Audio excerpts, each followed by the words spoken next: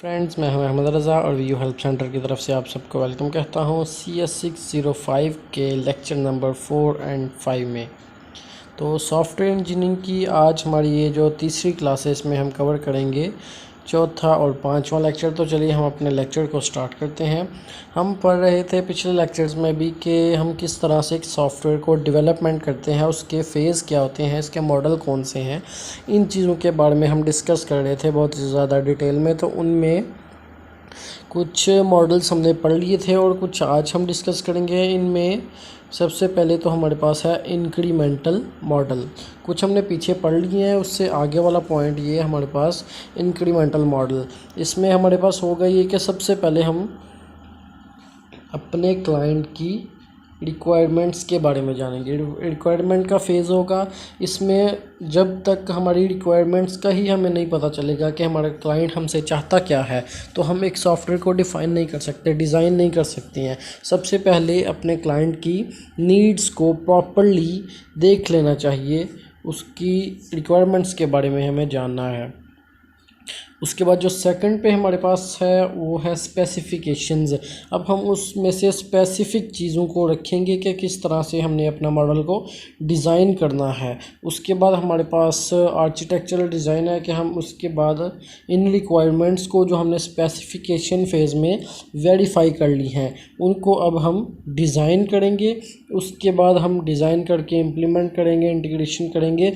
उसको completely test करने के बाद क्लाइंट के हैंड ओवर करेंगे। और यहाँ पे जब मेंटेनेंस पे आएगा, फर्स्टली तो अगर कोई एरर यहाँ पे होगा तो ये एक लूप चलेगा जो अपने ऊपर ही ये वापस आ जाएगा। तो यहाँ से हम जो भी इसमें कमी बेशी होनी होगी इम्प्लीमेंटेशन में, वो करके दोबारा से हम मेंटेनेंस के पास भेजेंगे। लेकिन अगर ये हमारा जो सॉफ्टवेयर है वो क्लाइंट के पास जाके अगर वो कोई एरर या गलती इसमें तलाश करता है, तो ये दोबारा से मेंटेनेंस फ़ेज़ से हमारा इम्प्लीमेंटेशन फ़ेज़ में चला जाएगा सॉफ्टवेयर, और दोबारा से उसकी गलती को रिलीज़ करके ठीक करके जब मेंटेनेंस में आएगा तो ये रिटायरमेंट की तरफ चला जाएगा।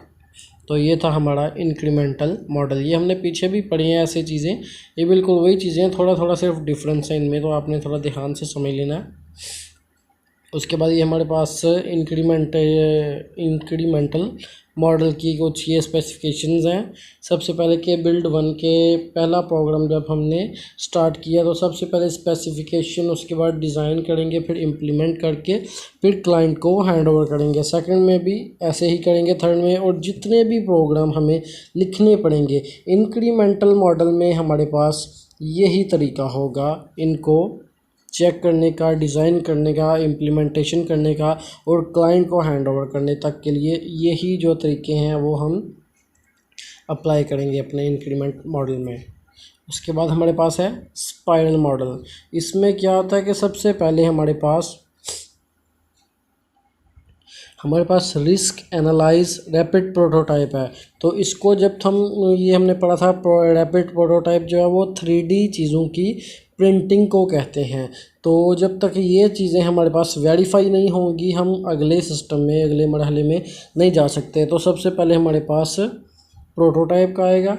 जब तक ये प्रोटोटाइप वेरीफाई होगा, उसके बाद हमारा जो सॉफ्टवेयर वो स्पेसिफिकेशन के मरहले में जाएगा। उसके बाद हमारे पास ये डिज़ाइन किया जाएगा। उसके बाद इम्प्लीमेंटेशन होगी, यानी कि टेस्टिंग की जाएगी इसकी। और जब फुल टेस्ट हो जाएगा तो उसके बाद ये इंटीग्रेशन फेज़ में जाएगा, यहाँ पे भी इसकी टेस्टिंग होगी। और उसके बाद हमारा जो सॉफ्टवेयर है वो मेंटेनेंस में जाएगा। अब इसमें होगा ये कि अब मेंटेनेंस ने चेक करना होता है कि अगर कोई प्रॉब्लम है तो किस फेज़ में आ रही है।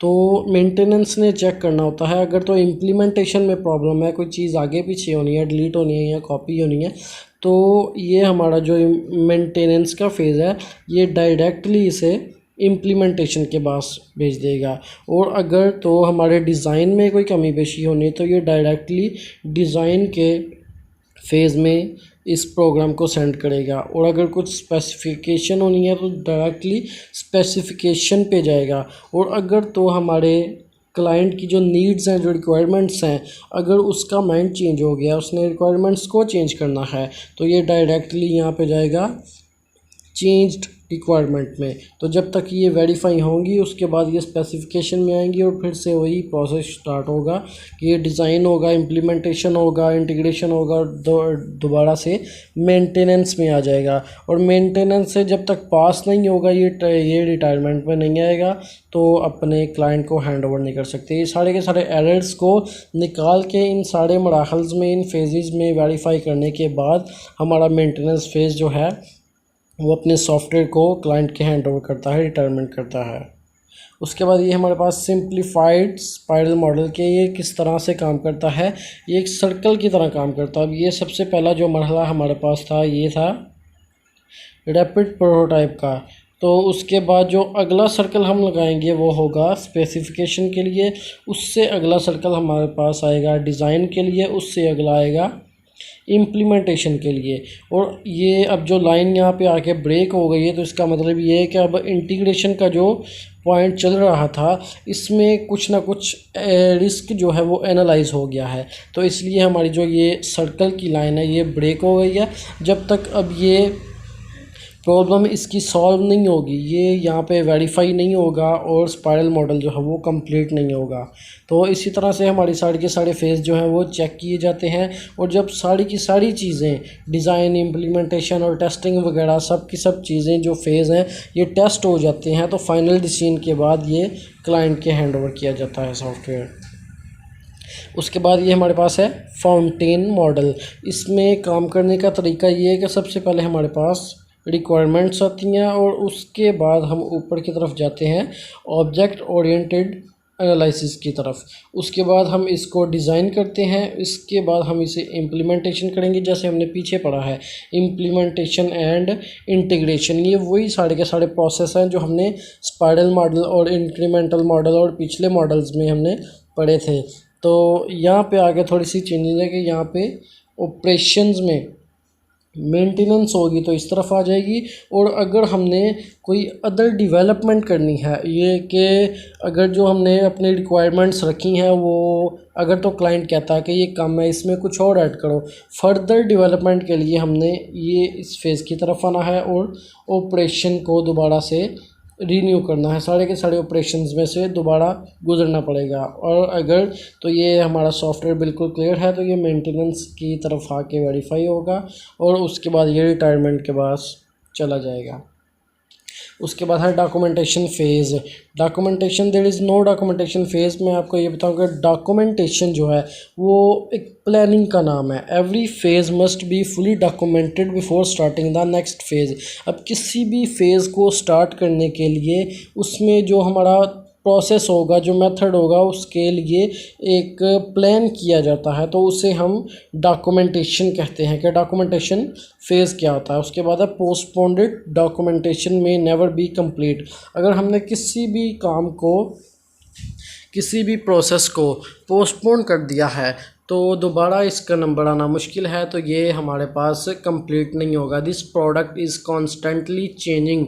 अब ये जो प्रोडक्ट्स हैं ये कॉन्स्टेंटली चेंजिंग होती जा रही हैं। We need the documentation to do this. हम डॉक्यूमेंटेशन के ज़रिए ही अपने सारे के सारे प्रोसेस को सॉल्व करेंगे तो ही हमारा जो प्रोसेस है या मेथड है वो कम्प्लीटली वेरीफाई हो सकेगा। उसके बाद कंक्लूजन्स में है डिफरेंट लाइफ साइकिल मॉडल्स। कि हमारे पास किसी भी काम को करने के लिए बहुत सारे लाइफ साइकिल मॉडल्स होते हैं और उनमें हमने खुद चूज़ करना होता है उनके एडवांटेजेस और डिसएडवांटेजेस को देख के कि कौन सा हमारे लिए बेस्ट रहेगा। Each with own strengths, each with own weakness. हर एक की अपनी अपनी स्ट्रेंथ भी होती है और वीकनेस भी होती है। आपने ये सारी की सारी चीज़ें देख के किसी भी लाइफ साइकिल मॉडल की, तो उसके बाद आपने डिसाइड करना है कि आपने किस मॉडल के थ्रू अपना प्रोसेस जो है, अपना मेथड है वो स्टार्ट करना है। Criteria for deciding a model.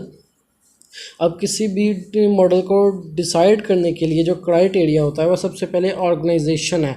इसकी ऑर्गेनाइजेशन जो है वो डिसाइड करेगी। उसके बाद मैनेजमेंट में मैनेजर आ जाते हैं, टॉप लेवल के, मिडिल लेवल के या फर्स्ट लाइन मैनेजर, वो सब के सब जो हैं वो मिलकर डिसीजन करते हैं। उसके बाद स्किल्स ऑफ एम्प्लॉयज़, अब स्किल्स ऑफ एम्प्लॉयज़ पे भी आकर डिसीजन लिया जाता है कि हमने अपने एम्प्लॉयज़ की तरफ देख के उनके स्किल्स के हिसाब से कौन से प्रोसेस पे काम करना चाहिए। और उसके बाद नेचर ऑफ प्रोडक्ट को देखेंगे।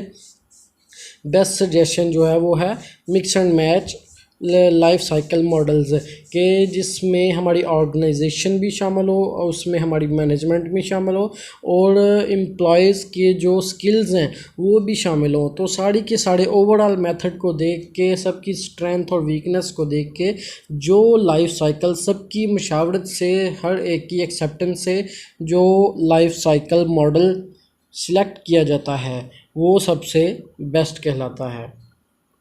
उसके बाद ये एक्सट्रीम प्रोग्रामिंग है। ये इतनी ज़्यादा ज़रूरी तो नहीं है, फिर भी आप ये देख लें आर्किटेक्चरल स्पाइक के हमने कोई भी जब सॉफ्टवेयर डिज़ाइन किया तो यूज़र स्टोरीज़ में सबसे पहले ये रिलीजिंग प्लानिंग में आएगा।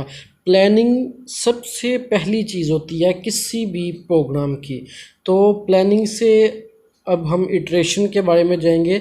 इटरेशन होता है लूप, कि किसी भी चीज़ की प्लानिंग अगर की है तो बार बार उसे दोहराते जाना, कि उसमें जो भी एरर्स हैं उनको फाइंड करके ख़त्म करते जाना, रिमूव करते जाना, या जो इसमें कमी पेशी है उसे पूरे करते जाना। और जब तक इटरेशन कंप्लीट हो जाए, यानी कि अब हमारे पास कोई भी एरर बाकी नहीं बचा है, तो यहाँ पे फिर एक्सेप्टेंस टेस्ट होगा कि इस टेस्ट में ओवरऑल हर एक चीज़ को, एक एक यूनिट को, पूरे के पूरे सॉफ्टवेयर को टेस्ट किया जाएगा कि किसी किस्म का कोई एरर या कोई और गलती या कोई नीड जो है या रिक्वायरमेंट किसी भी किस्म की वो कम तो नहीं है, इसका डिज़ाइन ठीक है, इसकी इम्प्लीमेंटेशन ठीक है।